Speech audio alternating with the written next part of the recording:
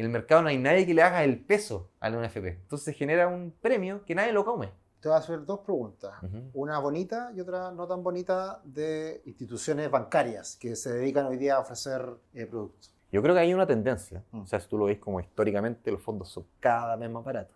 Cada vez que tú le asesoras una cosa al cliente, significa que a otro cliente le estás asesorando lo contrario. Te estoy poniendo nervioso ya con... No.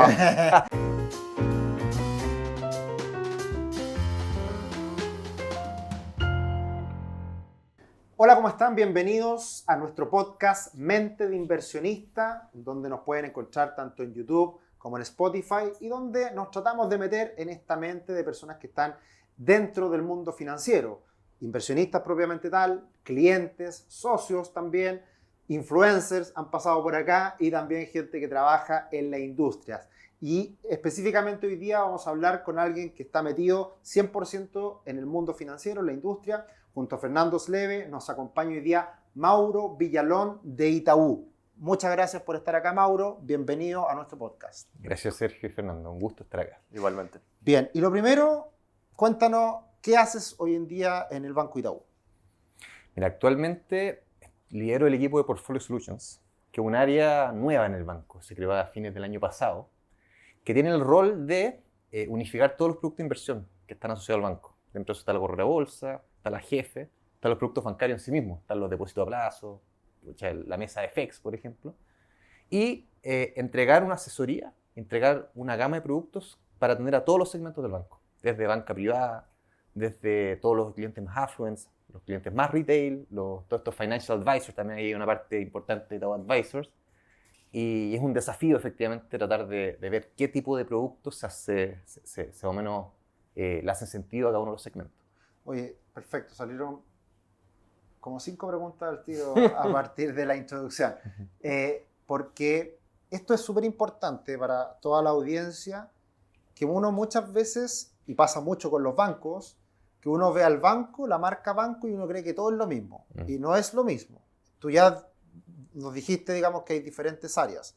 Sería importante, digamos, describir cada una de ellas, cómo se diferencian, ¿ya? Porque, por ejemplo, un depósito a plazo se toma con una empresa diferente a la corredora de bolsa. Exactamente. Cuenta ahí un poquito los detalles de cómo es esa interna. Sí, ¿no? Y ahí mencioné a varios partícipes del mercado distintos que Claro, interactúan, exacto. pero en este caso están todos unidos. Pero, bueno, el negocio bancario es básicamente el negocio como de cuentas vistas, de crédito, de emisión de depósito, que al final son los pasivos del banco para financiarse, para emitir crédito en general.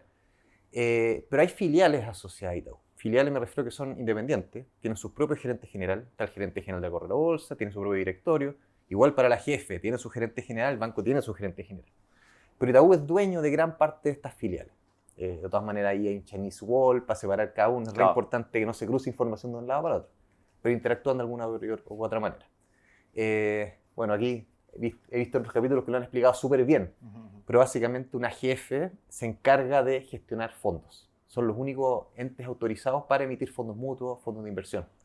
Ahí tienes un equipo que lo gestiona, cobra un fee por esa gestión y básicamente lo que hacen es vender cuotas de estos fondos y los clientes son partícipes. Y una corredora de bolsa, básicamente el último integrante, es como lo que se le denomina el market maker, la persona que interactúa a los distintos agentes del mercado para comprar y vender activos en general.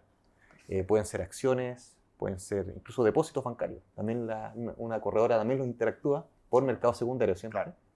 O incluso fondos. Las mismas cuotas de fondos que genera la jefe también se transan en el mercado secundario y tú lo puedes comprar sin tener que aportar, se lo compras a otra persona. Entonces eso es el rol de la corredora de bolsa. Oye, extraordinario. Entonces, para que se entienda, cuando uno hace depósitos a plazo, lo hace con el banco. Cuando uno compra cuotas de fondo de inversión, lo hace con la AGF. Y cuando uno transa estas cuotas de inversión o acciones, lo hace con la corredora de bolsa. Exactamente. Ahí están todos separados, pero tú precisamente estás en la parte de agrupar todo esto y entregar una propuesta de valor que incluya a todos estos actores. Exactamente.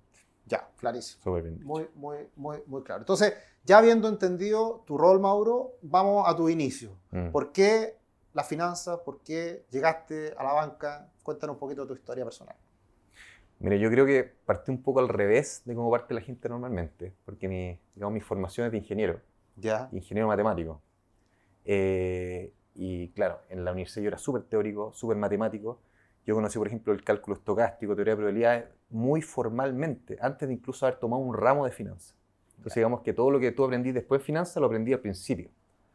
Y después, de a poco fui introduciéndome, o sea, tomé finanzas, dije, mira, entretenido, interesante, empecé a ver los modelos de equilibrio, pero yo, por ejemplo, no lo relacionaba ni con contabilidad ni con administración, que es como uno normalmente entra al mundo de finanzas. Claro. Yo, por ejemplo, como la transición desde las bases más administración, management, contable, finanzas. Exactamente. Por ejemplo, y parte del extremo, yo sabía cómo construir, no sé, una curva de tasa de interés multifactores usando procesos estocásticos, sin tener bien entendido cuáles eran las distintas bases con las que te vengáis a interés un depósito a plazo. Claro. Así totalmente al revés, ¿cachai? Entonces, claro, partí de una cuestión súper matemática, modelo, después tomaste el mundo de derivados, en las teorías de arbitraje, y después me di cuenta, chuta, he aprendido un montón de toda esta parte teórica, pero ¿cómo llevo esta cosa a la práctica? Y entonces yo en la universidad, mientras estaba haciendo mi magíster, me centré mucho en el tema financiero. Igual súper matemático, así, esos modelos de equilibrio general, ¿cachai? Tomando árboles de Lucas. Pero en ese momento entré a Risk America, que es una consultora que se encarga de entregar precio, entrega precio a todos los fondos mutuos, también a los fondos de pensión, incluso a organismos como el Banco Central, de tasas de interés. Ese es como su foco principal. También tiene otro, pero... Y ahí efectivamente parte con modelos de curvas súper sofisticados, pero no sé, pues, yo de repente me llamaba a un cliente, y yo contestaba el teléfono y decía, hola, oye, ¿sabéis que este papel me lo están valorizando así? Y estos dos papeles de error se movieron así, y este papel no se mueve como interpolado las dos. Explícame qué pasó. ¿Tú lo llamabas al...? No, me llamaba él para darme explicaciones, pues al final tú eres el proveedor de precios. Obvio. Y yo decía, chuta, ¿cómo le explico esto? No, lo que pasa es que el modelo de 3 factores libre de arbitraje que se calibra con un filtro de Kalman, pucha, tomó la información histórica y en base a eso este es el mejor punto que te valorizó. O sea, ¿cómo le explicáis esa cuestión, cachai? Claro. Entonces tienes que empezar a meterte, entender ya. Pucha, sí, entiendo tu problema. Lo que pasa es que no ha transado el papel. Entonces lo que hace es valorizarse de estos tipos de papeles que se parecen pero no son iguales. Liquidez. Tienes que buscar una explicación que les haga sentido. Y te empecé a dar cuenta como, pucha, distintos vacíos que tienes que empezar a llenar de a poco. Y ahí, pucha, así fui construyendo de a poco mi carrera. Ya, básicamente. perfecto. ¿Y de ahí de Risk America pasas directamente a Itaú? No, ahí tuve harto paso entre mí. Yo de Risk America pasé al Ministerio de Hacienda. Perfecto. Esto fue, creo que 2011 más o menos. Pasé era asesor de finanzas internacionales. Ahí estaba como asesor de la parte de fondos soberanos. Okay. Principalmente FES y FRB. Que era, cuando había plata. Sí, no, todavía hay. Pero queda sí, poca, queda muy exactamente. poca. Sí, pues, como para entregar un poco antecedentes, estos fondos se crearon como el 2006, 2007. Y son fondos soberanos, o sea, son fondos que se acumulan a nivel fiscal y tienen funciones bien específicas cada uno. El FES, la inicial es Fondo de Estabilidad Económica y Social. Lo que busca es estabilizar el gasto público. O sea, en el fondo, tú tenías un presupuesto casi todos los años, pero tenéis volatilidades, pues, sobre todo el precio del cobre, que te cambia, pucha, yo proyecté esta cuestión y me dio una cosa nada que ver. Entonces tenéis sorpresas. Sí. Gané más plata, menos plata, pucha, no vaya a ser, ya cuando gané plata voy a gastar un montón de plata adicional y cuando me falta me voy a endeudar. O sea, te genera inestabilidad a nivel país. Entonces fue como, ¿sabéis que creamos un fondo que sea un buffer? Cuando hay superávit fiscal, esa plata se va al fondo. Cuando hay déficit, rescatamos el fondo para financiar de alguna manera. Claro. Es como la caja chica a nivel fiscal, pero una gran caja chica. Exactamente. Para las vacas gordas, las vacas flacas, como sí, el término. Y el tema es que cuando yo entré estaban armando el asset allocation para ese fondo. ¿Cómo lo hacía? Entonces ahí partió mi...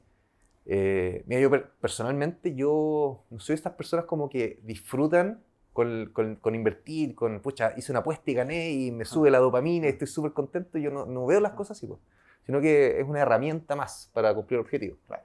Entonces al final no es que, pucha, el fondo solo tiene que ganar plata, no. ¿Para qué quiero usar este fondo soberano? Claro. Quiero cubrir este riesgo. Ya, veamos este riesgo. ¿Qué variables están influyendo? Está cobre, y ahí está trabajando en su tiempo que el profesor Eduardo Walker, que se contrató para hacer el estudio para definir la asset allocation para este fondo. Perfecto. Y al final tenía un fondo que, claro, tenía algo de acciones, pero en su gran core era un fondo como contracíclico. Que al final el cobre es cíclico. Claro, no puedo tener riesgo si mi país tiene riesgo. Exactamente. Pues. Claro. Entonces, incluso me acuerdo que tiraban como talla, ¿no? El mejor fondo de estabilización económica social es tomar un futuro corto en cobre. Y todos se reían porque era absurdo y yo no entendía. ¿Qué es lo que no entiendo qué están hablando, ya me da lo mismo. Pero claro, ahí te das cuenta, sí, pues. Y entonces en un fondo, el fondo soberano estaba encargado en yenes, en franco suizo, me acuerdo, con duraciones, tenía que ser un fondo volátil, porque el cobre es volátil, pero que se moviera al revés que el cobre. Pero que se moviera con una pseudo al revés, no puede ser 100% al revés, pero tenga su... Exactamente. Claro, Entonces, que ahí, bueno, evidentemente me hace sentido. El yen y el franco suizo son monedas de refugio. De por refugio, tanto, claro. ante crisis actúan bien. Igual que el oro u otros commodities. Exactamente. Oye, y ahí hay una analogía entre banca privada, retail y esto, que finalmente los objetivos. Exactamente. Lo que pasa es que esto es como una ALM, pero en el Ministerio de Hacienda. Que tenéis como flujos que salen y tú tienes que cubrirlo con activos, si es eso lo que estáis haciendo. Claro. Y esto quería, enfocarte en las sorpresas fiscales. Y el otro fondo que te mencionó, el FRB, que es el Fondo de Reserva Pensiones.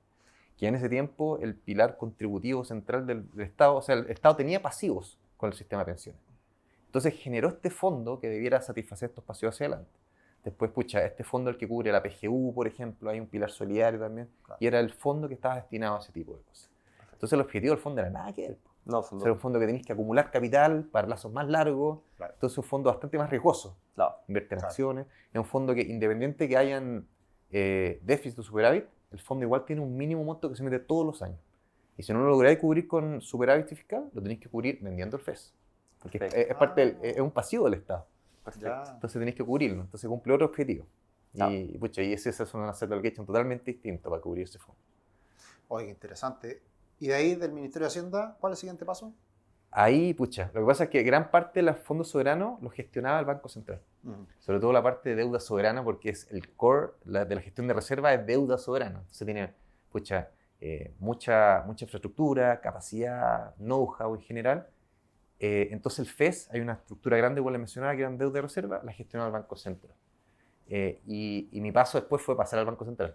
Pero ya no como la persona que diseñaba el benchmark y veía la reportería, sino que pasé directo a PM ya, gestionar directamente el fondo O sea, soberano. tú pensaste la estrategia de inversión y Después después la te aplicaste. pasaste a aplicar. Exactamente, no lo pensé inicialmente, pero No era lo que quería hacer, pero pasó. se dio la oportunidad, exacto. Y tiene de cierta manera lógica, Mm. porque al final si tú creaste, después es como ejecutarlo en definitiva. Exactamente.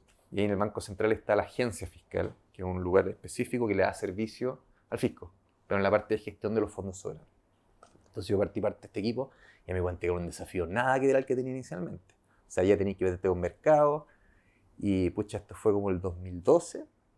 Las tecnologías no eran lo mismo que ahora. O sea, tú para comprar un bono, tú tenías que decirle a un compañero al lado, oye, pues quiero llamar a dos contrapartidas. Tú me llamas Barclays, yo llamo JP Morgan, y hago los dos al mismo tiempo, ya, ¿me dais precio para esto? Y te tienes que vender todas las jergas del mercado. Sí, par and a plus. Y tú dices, ¿qué es esa cuestión? O sea, no, es 100,05 en base a 32. Ah, ya. ¿Y a qué precio te dieron a ti? Ya. Y dices, ya, no, contigo. Y le cerráis el precio. Claro. Y funcionaba así en ese tiempo, por teléfono. En base tanto. O sea, en base tanto. Entonces ahí te empecé a meter ya en el core de cómo funcionan los mercados. Empecé a gestionar los fondos soberanos y ahí desarrollé como un know-how importante en lo que es la gestión de deuda y de portafolios de renta fija. También todo lo que es tasa de interés a nivel global, tipos de cambio, mercado de forward. Y ahí empecé a, partí como portfolio manager, después generar un área de análisis cuantitativo. Yo era bien matemático, entonces ya vámonos a esa área. Después la parte de estrategia, pero está toda la parte de gestión de reservas. Está nada que ver con política monetaria. Claro. Y al final terminé el cargo como jefe del Departamento de Estrategia e Inversiones, que básicamente definías no solo la parte de fondos soberanos, sino que además las reservas. Y todos trabajamos en conjunto, armamos la estrategia, cosa que fuera coherente con ambos, y así la estrategia para implementar los fondos. Cada fondo tenía sus directrices, sus benchmarks, sus desviaciones, y cumpliendo eso tú tenías que de alguna manera tratar de tener mejor rentabilidad bajo ese tipo de factores. ¿Y para el Banco Central asume riesgo igual? O sea, dentro de la cartera de inversión. Son riesgos, pero muy acotados. acotados. Sí. Claro, Igual ahí, Y principalmente renta fija. renta fija. No toma equity el Banco Central. Claro. El Banco Central solo puede comprar renta fija, incluso por lock. Ya. Entonces, por eso toda la parte... Y con un grado de inversión, me imagino. Tampoco irse a high yield o cosas por el estilo. Claro. Sí, me parece que está acotado. Igual, en la práctica, solamente invierte en deuda soberana y cosas de investment grade, como decir. Claro. Y el FRB, por ejemplo, invierte harto en eso. Y por eso la parte de los fondos soberanos, que es más riesgosa, la parte de equity, la de high yield, incluso MBS, otro tipo de instrumentos, son todas traspasadas a administrador externo. Entonces, el proceso de licitaciones, que todos los años se ve ya quién es el que se ve que el que ofrece la mejor oferta, ¿Y cómo son esos procesos de licitación? Son súper exigentes y súper largos. O sea, las contrapartes, me acuerdo que cómo sufrían con esto, porque incluso había un proceso que se llamaba de sobre cerrado, que tú antes de empezar el proceso colocabas un sobre cerrado, que es lo que iba a cobrar, y el sobre estaba sellado hasta el final del proceso. ¿Cachai? Entonces ahí tenéis que... Como licitación. O sea, Exactamente, tenéis que tirarlo todo por la ventana lo más barato posible, porque una vez que ya terminado y tenéis tu terna, ahí recién abría los sobres. Claro, es que es chistoso. Yo no había escuchado licitaciones de fondo. Claro, es loco, porque uno puede Porque entenderla tenía el listado de precios con la serie. para construir un puente o una carretera uno lo entiende. Claro. Claro, Pero exacto. el instrumento Sí, financiero es Sí, un poco... no, tenéis que ver todo el know-how, pucha, que Claro. historial, cómo le llevan sus otros fondos, cuánto me cobráis, qué tipo de reportería me voy a hacer, todo ese tipo como entra dentro del proceso. Oh, qué interesante. Bien, Banco Central. ¿Y de ahí? Y ahí me pasé a Itaú. Ah, ya. Ahí ¿Y me eso pasé. hace cuánto tiempo? Eso fue como hace 6 años, en el 2018. Ya. ¿Y cuál fue la lógica, la decisión de pasar del mundo de cierta manera más público, a pesar de que el Banco Central no depende del fisco, pero igual es como un híbrido, por decir de esta manera, pasar al mundo más privado, más de, no sé, la relación con clientes, personas o instituciones intermedias, no sé. Sí. Mira, yo creo que igual es parte del proceso natural de alguna manera, porque digamos que el Banco Central es una tremenda escuela. Tiene un montón de gente muy buena, se aprende un montón, tenía acceso a todos los bancos de inversión del mundo, pero eres básicamente un cliente y no tenía otro banco central contra el que competir. No es como, pucha, nos fue mal este banco central, no vamos a ir al otro banco central de Chile. Claro. Entonces no existe esa competencia. Entonces al final como que estáis jugando pádel contra el Estáis solo. frontón. Contra Fortuna. Claro, entonces sí, pucha, hay un punto que, ¿sabes qué? Quiero desafiarme más. Claro. Quiero irme a algo y para seguir creciendo, para seguir aprendiendo. Pues en ese tiempo, hace poco ahí, Juan Pablo Araujo, que era el gerente en ese momento de inversiones de la jefe, nos pusimos en contacto y me dijo, mira, estoy hablando de este proyecto nuevo, la jefe, queremos rediseñar el proceso de inversión, hacer una cosa más general, unirnos con el Asset Management de Brasil en términos de estrategia, Claro. y tratar de hacer las cosas lo mejor posible. Entonces, pucha, aquí hay un puesto de Asset Allocation súper interesante si me interesaba. Y bueno, Juan Pablo igual tenía un background súper parecido a mí, pero nunca nos topamos. Estuvo en Risk América, estuvo en el Banco Central, pero él se iba y En otro llegaba yo. timing. Claro, yo como un pasito atrás de él. Pero ahí él- tapando el puesto de él. Exacto, claro, pero él tuvo una experiencia súper grande después en AFP, en otras AGF, entonces tiene un know-how muy importante. Y me pareció súper interesante el proyecto, como el desafío, entonces por eso me fui directo a Itaú. Me gustó el proyecto. ¿Llegaron a el campus. construir finalmente algo? Porque antes como no funcionaba. No, de ese funcionaba estilo. perfecto, pero digamos que allá de a poco se fue cambiando un poquito la filosofía. Un Claro. poco, porque antes, digamos, funcionaba un poquito más en silos. Muchas veces es un modelo que es súper, que hace sentido en algunos casos, que tú puedes tener equipos de administración que son separados, que no interactúan entre ellos y que compiten entre ellos incluso. Entonces tenía un portfolio manager que, pucha, gestiona un fondo y gran parte de su personalidad está en ese fondo. Y la persona que contrata el fondo conoce el portfolio manager y podéis tener a otro fondo que tiene otro tipo de proceso. Pero claro, ¿qué pasa ahí cuando se te da el portfolio manager? Claro, Cambia el fondo, ¿cachai? es otro fondo. Exactamente. Entonces aquí es como, mira, nosotros queremos generar una marca, Itaú, una jefe que, aunque se dé el portfolio manager, el fondo sigue. Y es una estructura centralizada y te irá a conversar la parte de renta fija con la renta variable, con los fondos balanceados. Entonces hay que tener un proceso integrado con Claro. todas las áreas. Entonces, ¿cómo armáis esto? Necesitáis, pucha, portfolio managers o heads de cada área que interactúen entre ellos, que no haya tanto ego también, porque uno como que se enamora de sus productos y si pucha. Y cuando alguien está en contra de ti, como te lo tomáis la personal. Y no, pues aquí tiene que ser distinto el proceso. De hecho, nosotros como asesores de repente vamos calzando a los managers, porque al final pasaba, por ejemplo, hay unos de renta variable chilena que se van de un lado para otro y literalmente baja el rendimiento del de acá y sube el de acá. Exactamente. Oye, Mauro, te voy a hacer dos preguntas. Ujú. Una bonita y otra no tan bonita del tema instituciones bancarias que se dedican hoy día a ofrecer productos. Te estoy poniendo nervioso ya con... No. No, pero la bonita es porque nosotros hoy día tenemos relación con Itaú, que nos gustó Ujú. mucho la propuesta de valor. Los bancos grandes en general son súper cerrados y venden solamente sus productos. Y lo que nos gustó de Itaú es que hoy día tienen arquitectura abierta y uno puede hacer de todo con el banco y súper competitivo. Ujú. ¿Eso cuándo ocurre? Entiendo que es algo igual relativamente reciente. Y más o menos cuéntanos Sí. más detalles de cuál es esa filosofía también. Sí. Yo creo que esto todo está unido en lo que te comentaba, porque al final si tú quieres de alguna manera armar una filosofía de Itaú, tú te empiezas a cambiar el foco más que en la empresa, en el cliente mismo. Entonces, pucha, ¿qué busca el cliente? Esto. pero el cliente quiere estar amarrado a fondos de Itaú. No, pues si queréis que esté en el fondo de Itaú es porque el fondo es bueno y le Claro. hace sentido al cliente. Claro. Entonces, ¿por qué no ofreció otros productos dentro que sean incluso la competencia? En la plataforma abierta, pucha, tenéis fondos de Larra, tenéis fondos de Compass, tenéis fondos de Toesca que compiten directamente con los fondos de Itaú.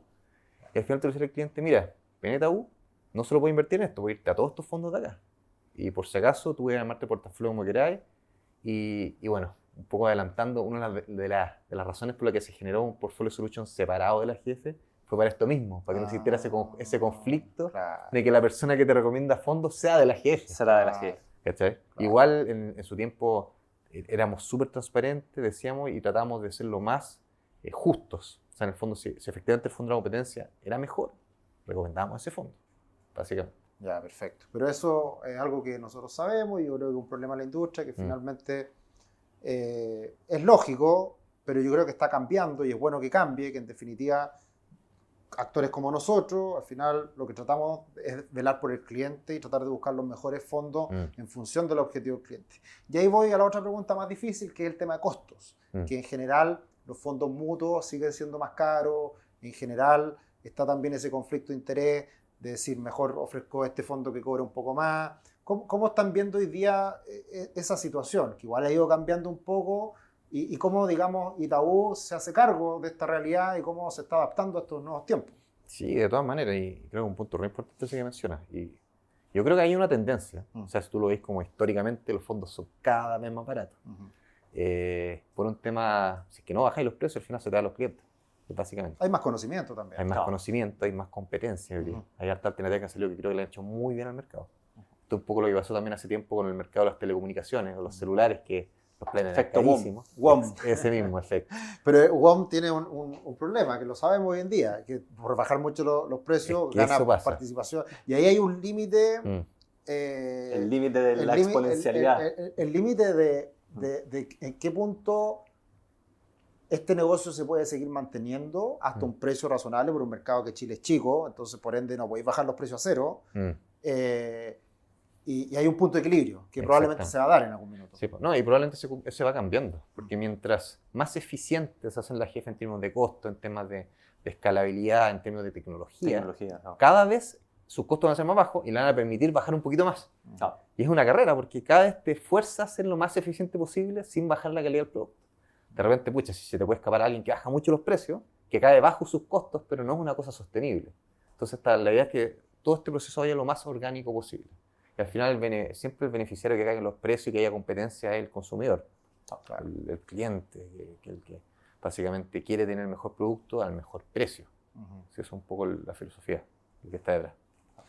Y hoy día, nosotros hoy día tenemos alianzas con diferentes instituciones, AGF, corredora, y por lo tanto para nosotros nos da lo mismo, entre comillas, con quién esté el cliente. Al final nosotros necesitamos una solución para el cliente, que es tener el acceso, y ahí nosotros tratar de elegir la mejor estrategia.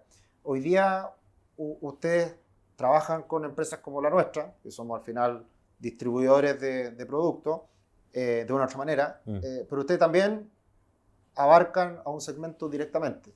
¿Cómo lo hacen hoy día? ¿Cómo es la propuesta de valor hoy día que hace Itaú, por ejemplo? Mira, hoy día lo que creo que uno de los grandes desafíos, creo que incluso del asset management, muchas veces la gente cree que invertir es tratar de obtener el mejor retorno con la mejor volatilidad.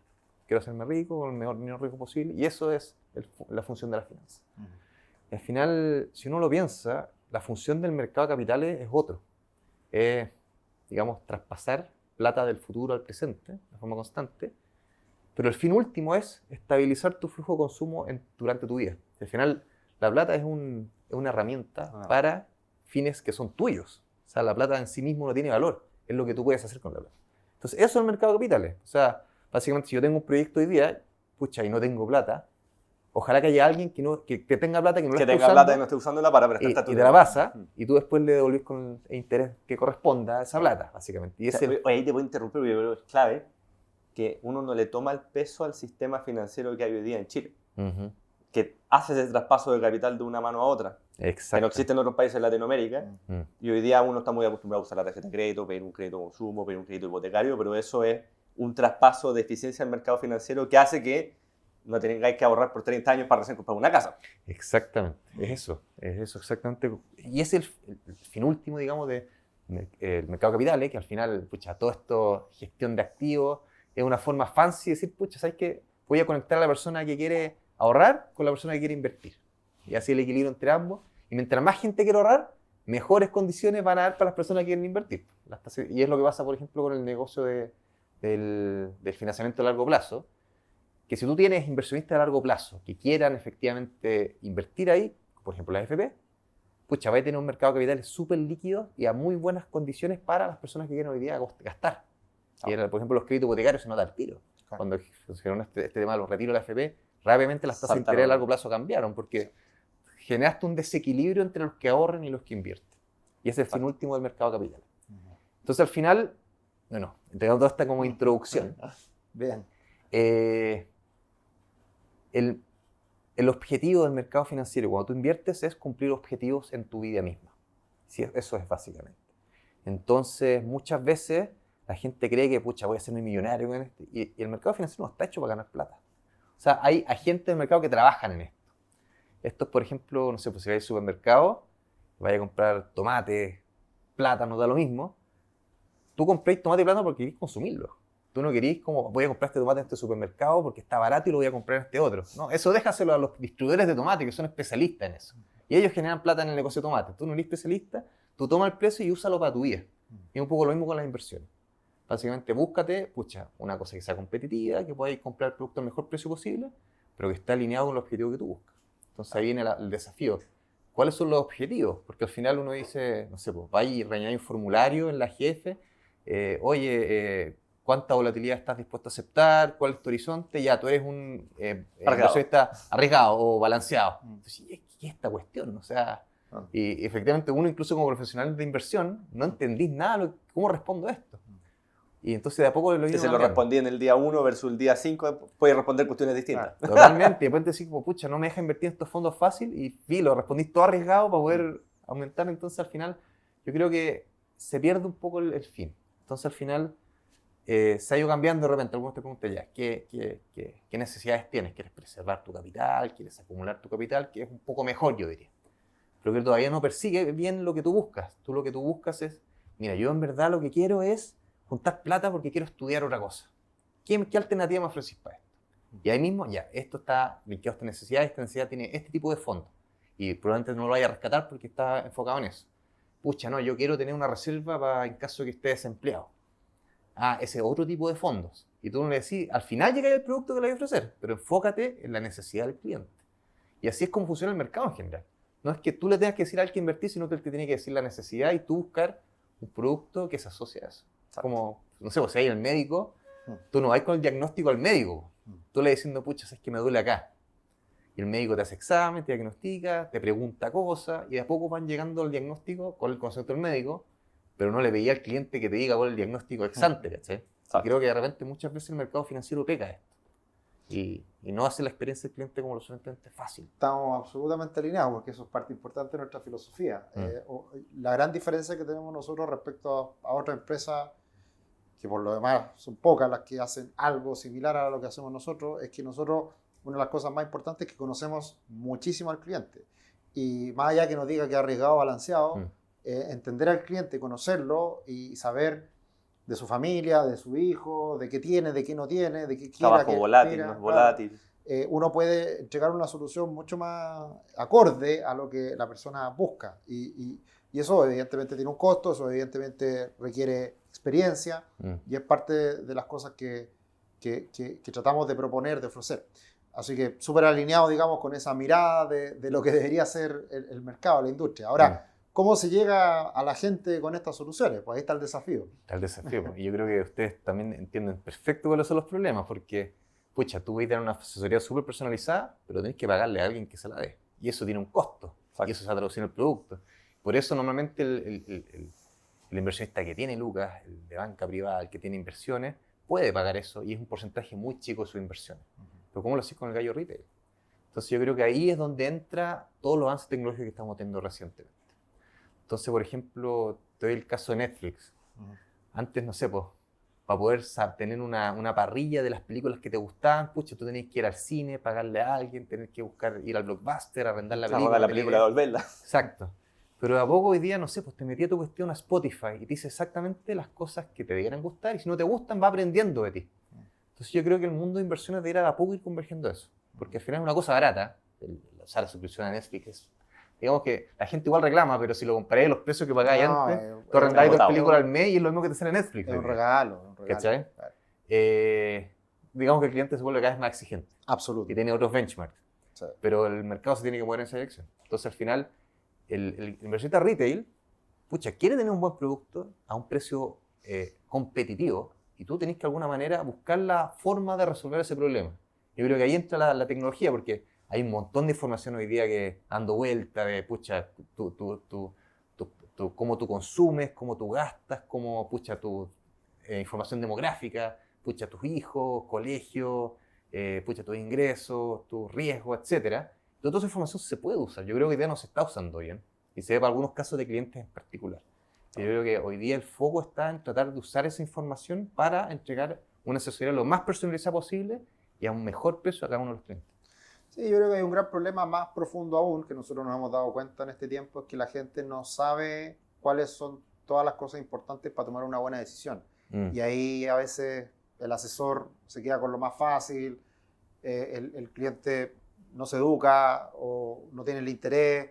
Entonces yo creo que hay hartas cosas en una parte más básica, si se quiere, de que la gente todavía le falta un poquito aprender de ciertas cosas que son relevantes. Por ejemplo, los costos. O sea, se han hecho estudios sobre los costos, pero en realidad la gente al final termina tomando la decisión que le ofrece su ejecutivo más cercano. Sí. Entonces, es un proceso largo, por eso la educación, por eso este podcast, por eso todas estas cosas, que al final tratar de acercar a la gente a todo esto que es súper importante a la hora de tomar decisiones de ahorro, inversión en la vida. Ahí se rompe la lógica con la irracionalidad, porque finalmente, por ejemplo, que hablábamos de costos. Hoy día sabemos que los costos en los fondos son caros, en promedio. Pero hay la misma activo financiero que tiene diferentes series, hay una muy barata y una muy cara. Pero si tú te fijas en la distribución de quién está invirtiendo, está toda la gente invirtiendo en la cara y no en la barata. Entonces, ¿cómo? Si están las dos opciones, ¿por qué toda la gente está en la cara y no en la barata? Entonces son cuestiones que se demoran a romper y eso es 100% ilógico, que si uno lo modela dice, es obvio, pero que hay que romperlo con tiempo, educación y racionalidad. Desde la irracionalidad, trabajarla con irracionalidad para que justamente se vaya moviendo la gente. Sí, aquí creo que, bueno, igual hay harta desinformación, o sea, es muy fácil equivocarse. Tomar malas decisiones es muy fácil hacerlo. Y pucha, uno cuando ve películas del mercado financiero, uno dice, pucha, quiero ser como Gordon Gekko, o cuando vi, no sé, pucha, ¿qué cosa está haciendo Warren Buffett para ganar todo esto? Yo voy a hacer la misma estrategia que está haciendo él. Claro, quiero seguir la estrategia de Warren Buffett. Exactamente, tú lo ves como eso, en vez de verlo como una herramienta más. Como te comentaba, los tomates, no sé, un martillo. Que son dos cosas distintas, tú dijiste algo clave, que una cosa es la profesión. Exacto. O inversiones uno puede dedicarse profesionalmente hablando, que es distinto al que utiliza el mercado financiero para transaccionar y aprovecharse de los beneficios de él. Que son dos cosas distintas, pero están muchas veces conectadas o se confunden. Sí. O sea, yo lo pienso de esta forma. El mercado en su conjunto invierte en un portafolio promedio. El portafolio mercado, esta es la definición prácticamente de portafolio mercado. El portafolio promedio en el que invierte toda la gente. En eso estamos todos largos, de alguna manera. Y tú cada vez que te desvías de ese portafolio, es un juego de suma cero. Hay otra persona que está desviando en la otra dirección. Y básicamente tenés que tener cuidado porque uno de los dos va a estar mal. O va a cumplir, ojalá que sean necesidades distintas. Pero si tu necesidad es ganar plata, significa que uno va a ganar y el otro va a perder. Y tenés el 50% de probabilidad de tú ser el que pierde. O sea, básicamente. Exacto. Y yo creo que muchas veces, bueno, en el mercado financiero trabaja gente muy inteligente. Normalmente asumir que uno es más inteligente que el promedio creo que es muy osado. es osado. O sea, siempre hay que mirarse en el espejo y decir, yo voy a considerarme promedio.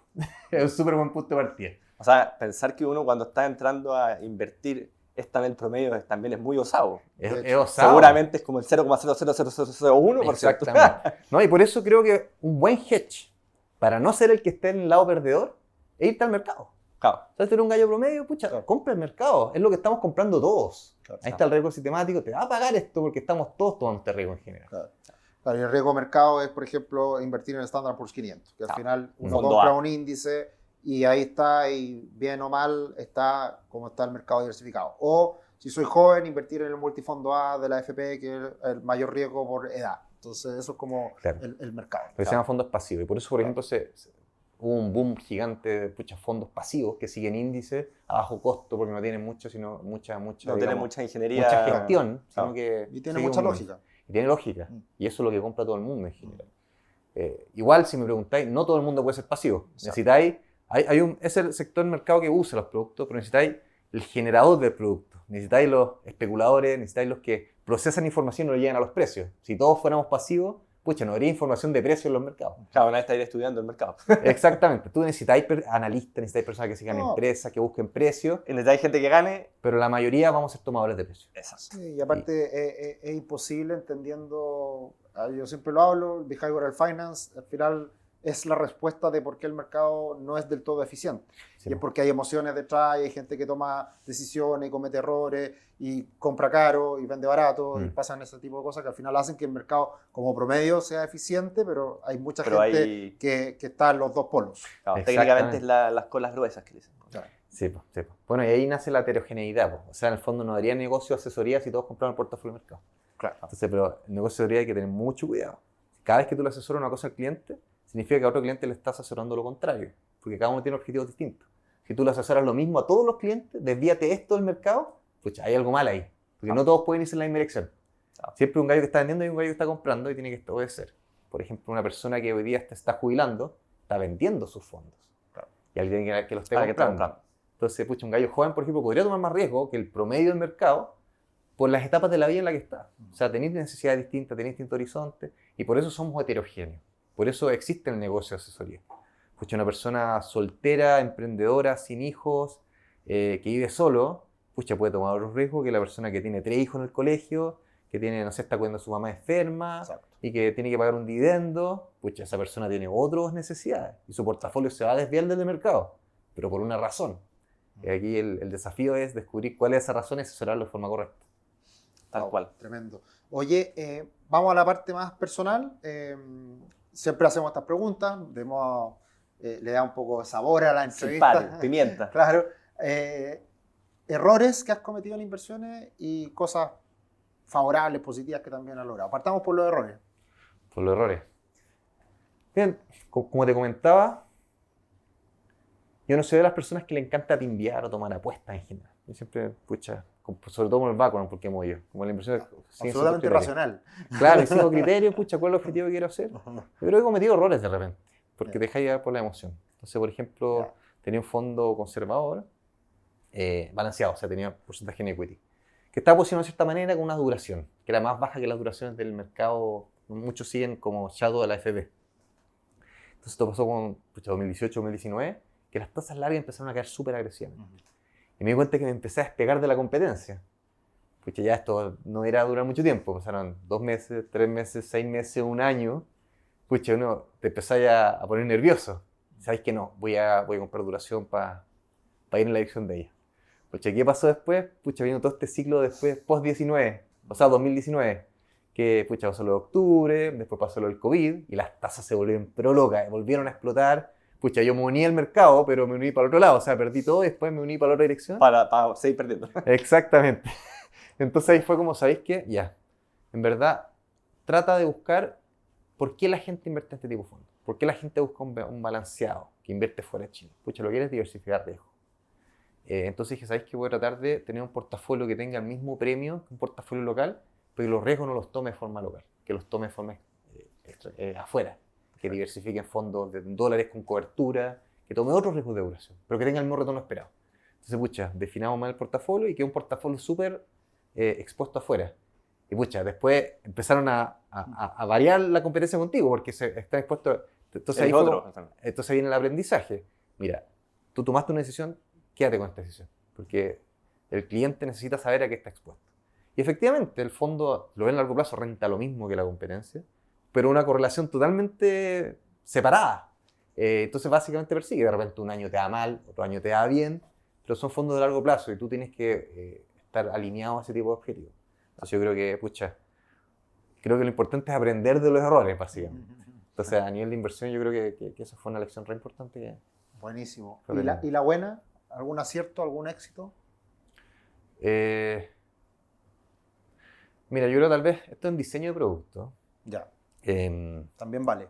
sí, pues. Bueno, yo he visto que se ha conversado este tema, pero tú cuando inviertes en fondos afuera, siempre está el tema del withholding tax, que poca gente, o sea, poca gente lo mira, que es un costo gigante de la inversión. Súper fuerte. Sobre todo si invertía en acciones afuera, Sí. en ETF afuera. Entonces nosotros teníamos fondos de Estados Unidos, que era gestionado afuera, pero que pagaba dividendos. Y básicamente teníais un carry negativo de forma general. La gestión era activa, entonces teníais que pagar al manager afuera, que también te generaba un carry negativo. Y era súper difícil ofrecerle un producto que le ganara al S&P con todos sus costos medios. Y la gente mira al S&P, ¿no? Claro. S&P con dividendo descontado por withholding tax. Entonces ahí dijimos, pucha, tratemos de diseñar un producto con los capabilities que tengamos que trate de eliminar este riesgo lo más posible. Entonces empezamos a ver distintos, pucha, uno de los fuertes que tiene la GF Itaú es la gestión de renta fija. Tiene muy buen fondo, muy buen equipo. Entonces dije, pucha, ¿por qué no hacemos un fondo que replique el S&P, pero que lo haga de forma sintética? Entonces dijimos, pucha, podemos acceder, ponte al mercado futuro, y efectivamente podemos acceder. Podemos abrir un FCM afuera. Entonces ya, vamos a comprar el futuro del S&P, que básicamente el futuro renta lo mismo que el S&P, ajustando el costo de financiamiento y los dividendos. Claro. Entonces ya, eliminaste el riesgo de dividendos. Ya, súper bien. ¿Y cómo le generamos valor a esto sin exponernos a riesgo activo? Porque estáis dando un portafolio pasivo. Pucha, hagamos la gestión de renta fija lo mejor posible. Entonces el financiamiento, nosotros tomamos ponte depósitos acá locales, con poco riesgo, y hacemos la cobertura dólar. Entonces ahí teníais un alfa, y efectivamente tú generaste un fondo barato, con una gestión súper directa, que pucha, básicamente replica el índice, pero va generando un spread. Va generando un spread que es el diferencial. El diferencial de tasas, básicamente. Pero tenía una persona que, pucha, tenía un fondo que le gana esa pie, éramos súper transparentes el riesgo que estábamos tomando. Esto es riesgo de tasa de interés. No. Si de repente cambia el financiamiento, pucha, no te va a ir tan bien, pero Claro. ya por lo menos eliminaste todo el costo de administración de afuera y eliminaste todo el withholding tax. Y eso es una ganancia tremenda de inversión. Pero eso suena como una nota estructurada. Más o Es menos. como una otra estructura, pero en fondo mutuo. Pero en fondo. Ya. O sea, tú cuando tienes este Y fondo es raro, porque tú vas... no tenés los buffers, no tenés los límites. Claro. Sí. Ah, claro, es porque es constante en el tiempo. Sí, Siempre está invertido. Claro. Sí, pues, no, bueno, no. y genera harto problema a veces con el regulador, pues, porque llega este fondo y ¿qué es esta cuestión? Claro. Claro, no es un fondo agresivo. Un fondo de renta variable, pero el 100% está en puras cosas de renta Opciones. fija. Claro. Y tenéis un montón de caja como el 5 hasta Sí. el 10% en márgenes. Y tenía aparte un 100% en un futuro. ¿Qué es esta cuestión? Claro. Pero cuando veo el retorno es igual al S&P. Entonces tenéis que explicarme, es un fondo pasivo que replica esto, que efectivamente es 100% de renta fija, pero también 100% de equity, porque al final un futuro te largo equity y corto caja. Chao. Por eso tiene valor cero el futuro. Y la caja que invierte el cliente, yo la invierto en... Entonces es un fondo que incluso puede liquidarte más uno, porque son puros depósitos. Son puros depósitos. Entonces tenía un fondo que invierte en S&P, Claro. que es liquidable en un día. Incluso, pucha, si la regulación lo permite, podría liquidarlo de cero el depósito. Claro. Y cerráis la posición. Es muy parecido a una nota, Claro. pero que sin funciona la- como fondo sin los- mutuo. Sin las fechas límite, Exactamente. Claro. sin las condicionantes. Porque siempre va renovando. Sí, Claro. pues. Entonces, Oye, pucha, bueno, fue una idea creativa que se nos ocurrió en momentos, dimos cuenta que se podía hacer y se implementó y existe ese fondo. Básicamente. Mira, interesante. Ujú. ¿Y Son cómo dos- le ha ido al fondo? En general, ahí bien, mira, le empezó a ir mal después de toda esta crisis que se generó post-COVID. Porque antes tú podías generar un alfa súper gratis por, digamos, la variedad cubierta de tasas. Que si tú invertías, no sé, por un instrumento en dólares, tenía una rentabilidad distinta que si tú invertías en el peso y lo echabas a dólares. Ujú. Hay un pequeño spread Claro. que se genera en Chile, que se genera en Japón. Y tú puedes tomar ventaja de eso. Y es básicamente porque localmente tú tienes la AFP que hacen lo contrario. Las AFP compran afuera y hacen la cobertura parcial. Y en el mercado no hay nadie que le haga el peso a la AFP. Entonces se genera un premio que nadie lo come.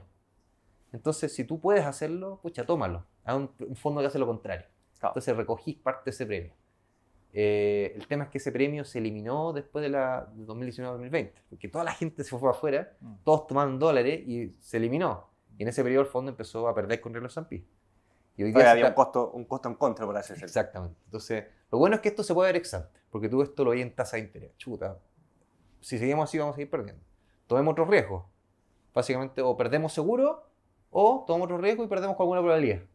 Y con otra probabilidad ganamos. Entonces, pues, tomamos riesgo. Entonces, pucha, en vez de invertir en depósitos acá con poco riesgo, compremos fondos afuera que tengan un poco más de riesgo, pero que tengan alguna probabilidad de que te vaya bien. Entonces compramos fondos de gestión activa afuera, que invertían en investment grade y todo.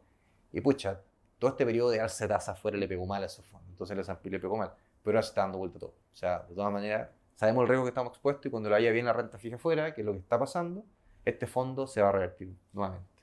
Perfecto, clarísimo. Tremendo. Desarrollo de producto. Desarrollo de producto. Eso no habíamos hablado acá. Así que muy interesante. Oye, Desarrollo Mauro. de un producto distinto. Al final ahí Claro. está la gracia. Sí, no, tremendo, tremendo Mauro, tremenda entrevista, tremenda experiencia. Muchas gracias por tu tiempo, gracias por compartirnos todo esto desde el mundo quizás más tradicional, que cuesta encontrar más personajes que hablen, digamos, desnudos de lo que pasa en la industria de la banca más tradicional. Así que muchas gracias Mauro, gracias Fernando y a todos ustedes que nos acompañan en cada capítulo. Suscríbanse a nuestro canal de YouTube, suscríbanse también al canal de Spotify y síganos en los próximos episodios de Mente de Inversionista. Un abrazo, que estén muy bien, gracias por estar acá. Chao, chao.